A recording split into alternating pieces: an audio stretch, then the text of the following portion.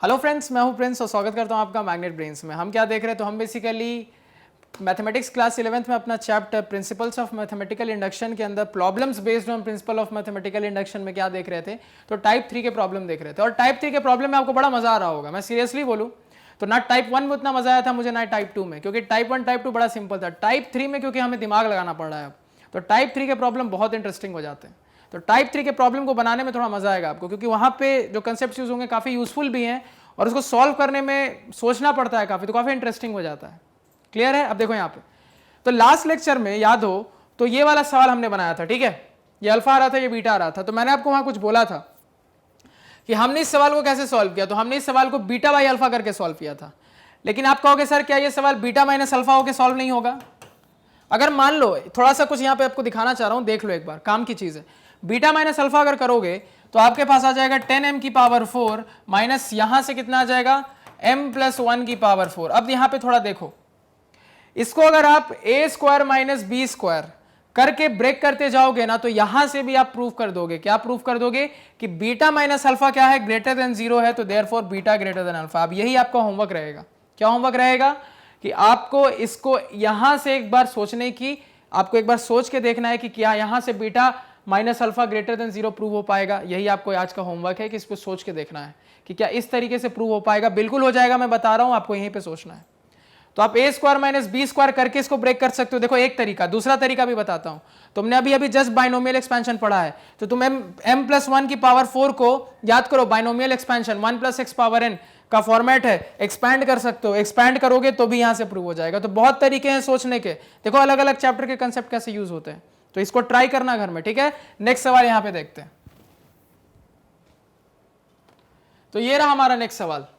सवाल में कुछ ऐड कर देते हैं, थोड़ी सी चीज छूटी हुई है तो इसको ऐड कर लो।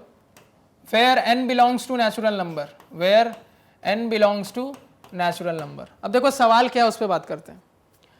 तो अगेन सवाल कंपैरिजन का ही होगा, ऑब्वियस सी बात है, और मैथमेटिकल इंडक्शन की मदद से ही प्रूफ करना होगा। अब कंपैरिजन क्या है, तो थोड़ा कंपैरिजन को देखो। कंपैरिजन कह रहा है कि 2 की पावर n हमेशा क्या होगा, बड़ा होगा n स्क्वायर से। ये आपका कंपैरिजन है। और वो कह रहा है जहां पे ये कंपैरिजन तभी सही है अगर मेरा जो n है ना, वो या तो 5 से बड़ा हो या 5 के बराबर हो। 5 से अगर छोटा हो जाएगा तो ये वाला जो एक्सप्रेशन लिखा है कंपैरिजन वाला, वो गलत साबित हो जाएगा। और एक और कंडीशन दी है, n आपका 5 से बड़ा या 5 के बराबर तो हो ही हो, साथ साथ आपका n एक नेचुरल नंबर भी होना चाहिए। अब आप खुद बताओ, n एक नेचुरल नंबर है और वो नंबर 5 या 5 से बड़ा होना चाहिए, तो क्या क्या n हो सकता है? तो n कहोगे सर आप 5 हो सकता है, क्योंकि 5 से छोटा तो ले नहीं सकते, 5 के बराबर ले सकते हैं, 6 हो सकता है, 7, 8, 9, सो ऑन। यानी कि अगर मैं इस चीज को थोड़ा सेट के फॉर्म में लिखूं तो मैं लिख सकता हूं कि मेरा जो n होगा वो 5 से इंफिनिटी तक जा सकता है। क्लियर है? 5 पे क्लोज इंटरवल, इंफिनिटी पे ओपन, समझा था मैंने क्यों इंफिनिटी पे ओपन इंटरवल होता है। 5 पे क्लोज क्यों है? क्योंकि 5 को भी ले सकते हैं। क्लैरिटी है सभी को यहां पे? अब आप चाहो तो इस चीज को चेक कर लो। मान लो मैं n को 5 रख के देखता हूं, तो 5 रखूंगा तो 2 की पावर 5 किससे बड़ा होना चाहिए? 5 के स्क्वायर से। जाओ तो देख लो, 2 की पावर 5 कितना होता है? 2 की पावर 5 हो जाएगा आपका 32। 5 का स्क्वायर कितना है? 25। देखो 32 25 से बड़ा है, बिल्कुल बड़ा है। मान लो आप n को किसको क्या रख सकते हो, n को 6 रख के देखो, तो 6 रखोगे तो 2 की पावर 6, तो 32 2 जा 64, इधर से आ गया 64, इधर कितना आ जाएगा? 6 का स्क्वायर 36 आ जाएगा। इधर कितना आ गया आपका? 6 का स्क्वायर 36। तो क्या 64 36 से बड़ा नहीं है? बिल्कुल है। आप किसी भी नेचुरल नंबर के लिए जो कि 5 या 5 से बड़ा हो चेक करोगे तो ये वेरीफाई होगा ही होगा। नॉर्मली तो हमने देख लिया, मतलब चीज सही है। और देखो कंपटीशन में यही अप्रोच होता है। देखो कंपटीशन में सवाल कैसे आएगा, अगर इंडक्शन से पता है सवाल आता है तो कैसे आता है? इंडक्शन से सवाल आएगा तो इस तरीके का आएगा, which of the following is true. देखो बता रहा हूं आपको, एक अच्छे कंपटीशन में मान लो 4 ऑप्शन है, तो which of the following is true, ऐसे ऐसे 4 सवाल उठा लेगा और आपको वो 4 सवाल 4 ऑप्शन में दे देगा। नंबर 1, 2 की power n greater than n square. Number 2, मान लो लास्ट सवाल का क्वेश्चन लिख लेना यहाँ पे, और यहाँ पे कंडीशन भी लो लिखते जाएगा, इस तरीके से 4 दे देगा वो। अब वो तुमको मल्टीपल चॉइस ऑप्शंस रहेंगे, तो क्या करोगे यहाँ पे? तो यहाँ पे आपको क्या करना पड़ेगा? चेक करना पड़ेगा। तो क्या इंडक्शन लगा लगा के हर सवाल में चेक करोगे? नहीं, यहाँ पे वैल्यू पुटिंग से चेक करते हैं कि तुरंत जो मैं यहाँ कर रहा हूं ना वही यहाँ करोगे। मतलब तुरंत क्या करोगे, आपको जो कंडीशन कह रहा है उस कंडीशन के हिसाब से 1-2 नंबर लेके देखना, ज्यादा नहीं, 2 नंबर, 2 से ज्यादा नहीं, 2 लगा के देखना कौन सेटिस्फाई हो रहा है। जो चीज सही सेटिस्फाई हो जाएगी मतलब वो ऑप्शन सही है, जो नहीं हो पाएगी वो गलत है, उस हिसाब से अपना आंसर मार लेना आप। क्लियर है? कंपटीशन में इस तरह का इनइक्वालिटी का सवाल इसी तरीके से बनता है, और कई बार इनइक्वालिटी की ये सारी चीजें ना सवाल के बीच में आ जाती हैं, तो वहां पे भी आपको थोड़ा सोचना पड़ेगा। मान लो सवाल सॉल्व करते करते करते एक पॉइंट पे पहुंच गए हो जहां पे तुम्हारे पास 2 की पावर n है और n स्क्वायर है। अब आपको कंपैरिजन करने की जरूरत है कि n स्क्वायर बड़ा कि 2 की पावर n बड़ा, तो वहां पे इस तरीके से आपको सोचना पड़ेगा। वहां पे भी एग्जांपल लेके देख लो कि कहां से कौन बड़ा हो रहा है, कौन छोटा हो रहा है, क्या सेटिस्फाई हो रहा है। तो जो जो बता रहा हूं ध्यान रखना। क्लियर है? अब देखो सवाल, अगेन सवाल बनाने का अप्रोच क्या होने वाला है, जो अप्रोच हमने सीखा है वही अप्रोच होने वाला है, तो उस अप्रोच पे फोकस करते हैं बिना टाइम वेस्ट किए। तो देखो यहां पे क्या करेंगे, सबसे पहले हमारा जो पूरा एक्सप्रेशन है विथ दी कंडीशंस, उसको क्या मान लेंगे हम, उसको अपना प्रोपोजिशन Pn मान लेंगे। तो यहां पे हम लिखेंगे लेट Pn, Pn क्या है, तो 2 की power n is greater than n square where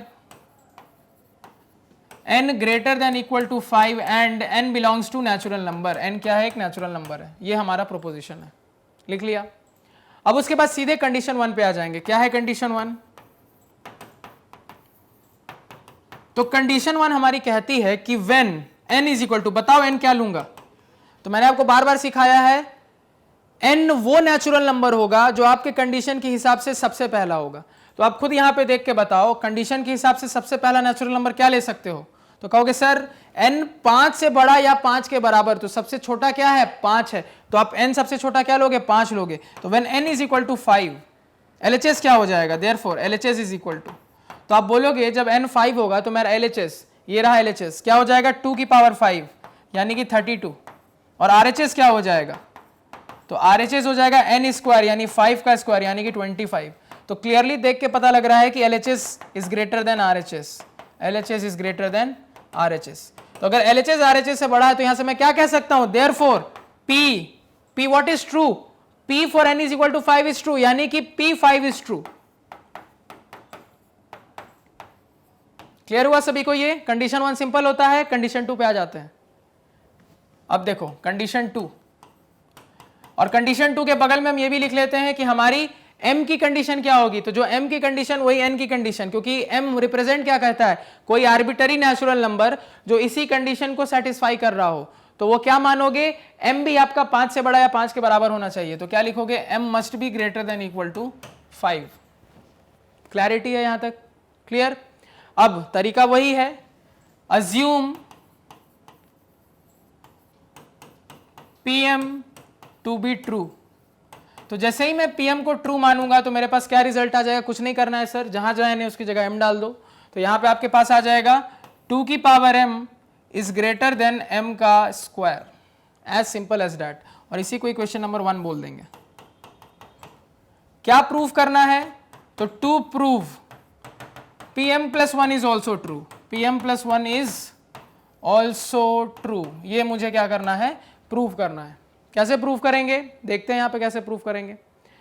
तो क्या करना होगा, जहां जहां n है उसकी जगह m प्लस 1 डालना पड़ेगा। क्या m प्लस 1, तो 2 की power m plus 1 must be greater than m plus 1 का होल स्क्वायर। ये बन गया मेरे पास एक्सप्रेशन, सिंपल। जहां जहां n था उसकी जगह m प्लस 1 डाल दिया।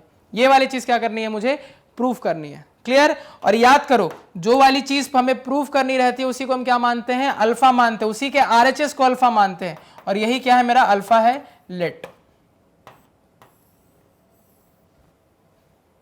अब हम क्या करते थे, तो याद करो, अब हम जो मेरे पास डाटा अवेलेबल है और जो प्रूफ करना है, दोनों के LHS को सेम करने की कोशिश करते हैं। तो अगर मैं दोनों के LHS को देखूं तो मैं क्लियरली देख पा रहा हूं कि मेरा जो प्रूफ करना है उसके LHS में 2 की पावर m प्लस 1 है, जबकि मेरे पास जो अवेलेबल डाटा है उसमें 2 की पावर m है, मतलब एक 2 की कमी है। अगर एक 2 इसमें मल्टीप्लाइड रहता तो ये भी 2 की पावर m बन जाता। क्यों, 2 इंटू 2 की पावर m क्या बन जाएगा, 2 की पावर m प्लस 1, मतलब सिर्फ एक 2 के मल्टीप्लाई होने की कमी है। तो हम क्या करेंगे, अपने अवेलेबल कंटेंट में, अपने अवेलेबल डाटा में 2 दोनों साइड मल्टीप्लाई कर देंगे। तो यहां से हम लिखेंगे multiplying by 2 on both sides of 1, both sides of equation 1 या 1। क्या मिलेगा हमें, तो जैसे ही हम मल्टीप्लाई करेंगे तो हमें क्या मिलने लगेगा, यहां से हम लिखेंगे 2 इंटू 2 की power m must be greater than 2 into m square, as simple as that. Simple इसमें 2 से दोनों तरफ मल्टीप्लाई कर दिया। तो इसको अब मैं लिख सकता हूं यहां से 2 की power m plus 1 is greater than 2m square. Clear हुआ सभी को? ये लिख सकता हूं ये। अब दोनों का क्या हो चुका है? LHS सेम हो चुका है। और मैंने आपको साफ बताया था कि अपने रिजल्ट को अपने हिसाब से चेंज करने के बाद उसका जो RHS होता है उसी को हम क्या मान लेते हैं? बीटा मान लेते हैं। क्या मान लेते हैं? उसी को बीटा मान लेते हैं। इज इक्वल टू क्या लिख दोगे? बीटा। लेट। क्लियर है? अब इसको क्या करो, आप हाईलाइट करो। कर लिया? पहले इतना नोट डाउन करो। अब आ जाओ यहां पे वापस।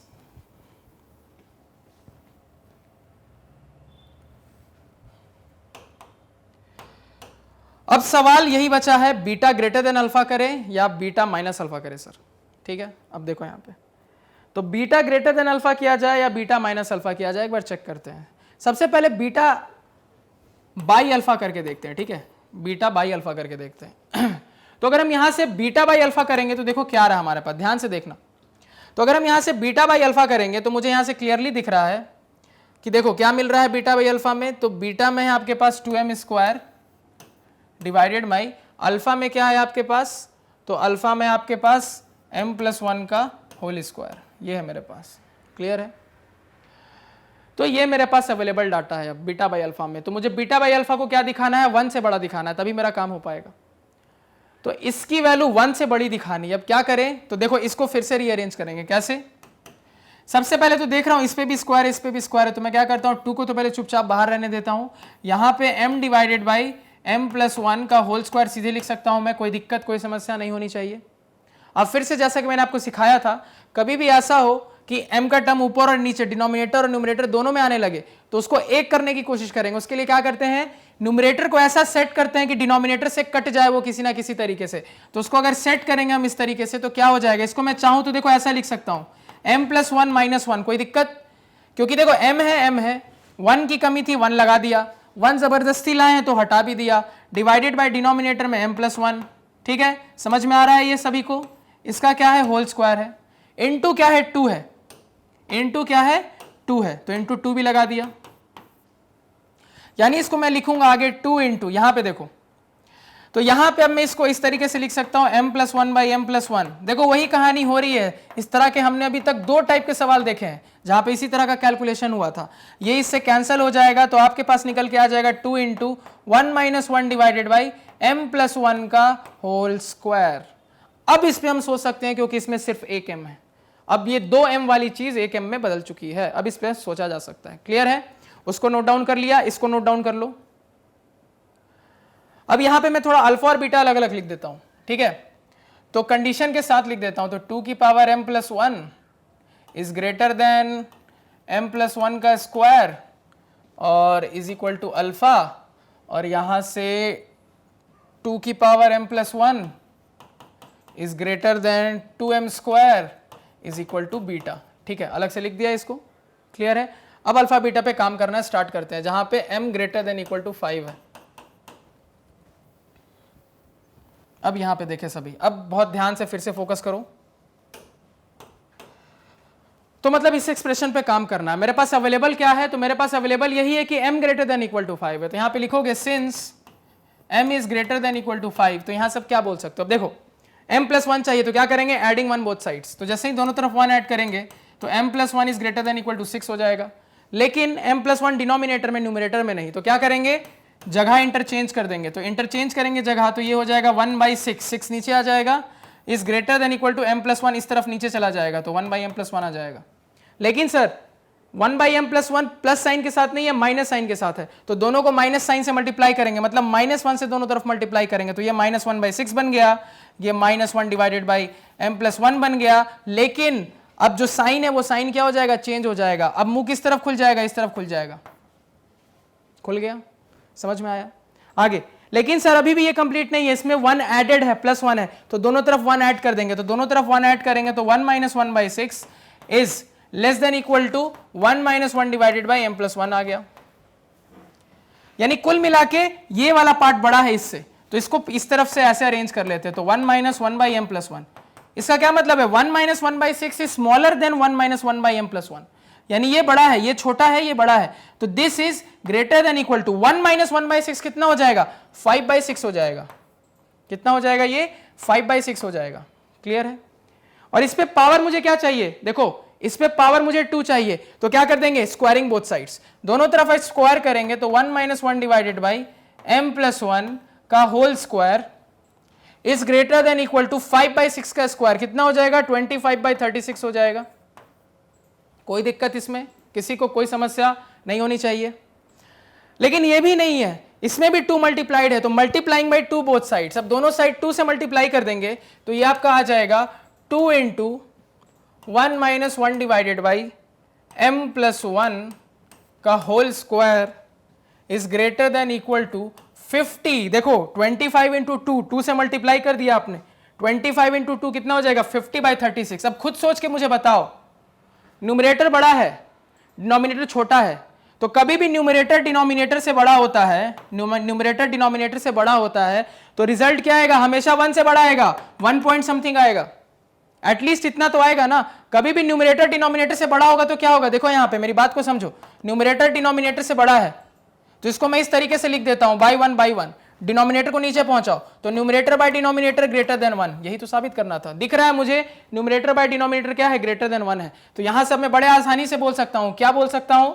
तो ये एक्सप्रेशन और कुछ नहीं, बीटा बाई अल्फा है, तो यहां से मैं बोल दूंगा कि मेरा जो बीटा बाई अल्फा है वो ग्रेटर देन इक्वल टू क्या है? 1 है।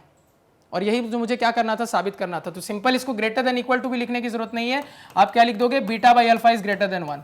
यही मुझे क्या करना था? साबित करना था। तो यहां से मैं बोल सकता हूं therefore beta greater than alpha, और जैसे ही बीटा ग्रेटर देन अल्फा हो गया अब मैं बोल सकता हूं हेंस क्या मैं बोल दूंगा? On assuming PM to be true,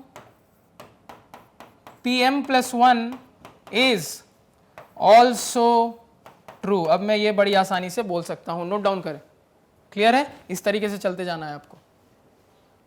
आप चाहो तो लास्ट में ये वाला भी स्टेटमेंट लिख सकते हो, therefore we can say that 2 की power n is greater than n square whenever n is greater than equal to 5 and n is a natural number. वो भी लिख सकते हो लास्ट में, वैसे उतना भी लिखना काफी है, मोर देन सफिशिएंट है। क्लियर हुआ सभी को? यहां तक किसी को कोई दिक्कत, कोई समस्या, कोई परेशानी नहीं होनी चाहिए? क्लैरिटी है? नोट डाउन करें। अब कहोगे सर क्या बीटा बाई अल्फा ही हो सकता था? बिल्कुल नहीं, बीटा माइनस अल्फा भी किया जा सकता था, उस पर भी थोड़ा देख लेते हैं, टाइम है अभी, उस पर भी थोड़ा देख लेते हैं। जानना है तो हर चीज जानो, हर चीज काम की होती है, जितना ज्यादा जानोगे उतना ज्यादा क्लियर रहेगा कि क्या क्या हमें करना है। ठीक है, चलो बीटा माइनस अल्फा करके देखते हैं। अगर बीटा माइनस अल्फा करके देखते हैं तो देखो क्या होता। क्या है भैया बीटा? तो बीटा है 2m square minus alpha, alpha क्या है मेरे पास? तो m प्लस 1 का होल स्क्वायर है। ठीक है, इसको चेक करो, तो ये आपका हो गया 2m square minus a square plus b square plus 2ab, bracket खोला, 2m square minus m square minus 1 minus 2m, तो यहां से आ गया 2m स्क्वायर माइनस 2m, कितना हो गया आपके पास? 2m square minus m square minus 2m minus 1। ठीक है, अब इसको m माइनस 1 का होल स्क्वायर मत बोल देना, ठीक है, ये m माइनस 1 का होल स्क्वायर का फॉर्मूला नहीं है। अब यहां पे समझो मेरी बात को, ये जो आपके पास एक्सप्रेशन है आपको क्या साबित करना है? बीटा माइनस अल्फा हमेशा ग्रेटर देन 0 होगा। तो देखो यहां पे अब क्वाड्रेटिक का एक कंसेप्ट लगेगा जिसको साइन स्कीम कहते हैं। याद करो, मैंने आपको हल्का सा झलक दिया था साइन स्कीम का कि जब सिलेबस हो जाएगा तो आपको क्वाड्रेटिक का थोड़ा सा, जब कॉम्पिटिशन का मैं बताऊंगा तो वहां पे साइन स्कीम की बात करूंगा। तो साइन स्कीम में हम यहां से चेक कर सकते हैं कि क्या मेरा रिजल्ट आएगा। यहां से हम रूट्स देखेंगे और उसके बाद साइन स्कीम की बात करेंगे। वैसे आप चाहो तो यहां पे भी थोड़ा दिमाग लगा सकते हो, देखो कैसे दिमाग लगाते हैं। तो यहां पे अगर मैं थोड़ा दिमाग लगाऊं तो मैं सोचूंगा कि मैं क्या ऐसा एडजस्ट करूं कि इसको मैं ये साबित कर दूं कि ये हमेशा क्या होगा? ग्रेटर देन 0 होगा।